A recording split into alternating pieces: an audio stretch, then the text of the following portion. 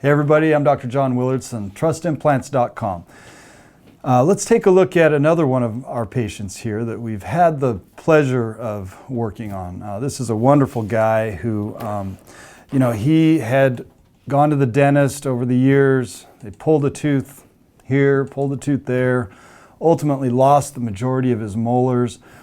And what happened is you'll notice on his front teeth, now when you lose the molars, now our mouth, and I've said this 1,000 times, so if you've heard this already, I apologize, but our mouth is a biomechanical system. It has to be in balance. So you lose one tooth, all of a sudden the force is now changed. You lose another tooth, those forces are changed even more.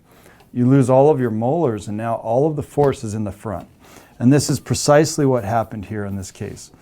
Because the bone structure, and actually the tooth itself, was very solid and strong. It was sound, but he had worn it down almost to the gum line.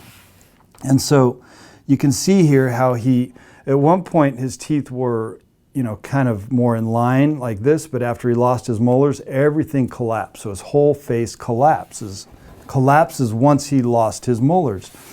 And so by utilizing, after we got the imaging, the CT scan, and all the information that I needed, we determined that it wasn't a viable option to try to restore these teeth because they were too far gone. And so we went ahead and we extracted all of the remaining teeth and had to rebuild the bite and the occlusion and the aesthetics. And so you'll see here how he's completely overclosed. So his bottom teeth are actually touching the roof of his mouth. And that's because he's lost his molars and he's lost what we call vertical dimension. And so by, taking this case and determining, all right, we've got to open back the vertical up so we can restore that nose to chin distance. And then also that restores the aesthetics. And it gives your face a relaxed look. You've seen probably the pictures of the little old ladies with the dentures out and how their jaws are, their chin is almost touching their nose. In reality, that's what's happening here. His chin is approximating his nose, and over time it makes you just look older. And so we went ahead and we extracted all of his remaining teeth, and we placed 12 implants, 6 on the upper, 6 on the lower, and here we have the case restored with a fixed zirconia upper and lower prosthesis. And so you can just see how it's changing the entire, it changes his persona, it changes the way he looks.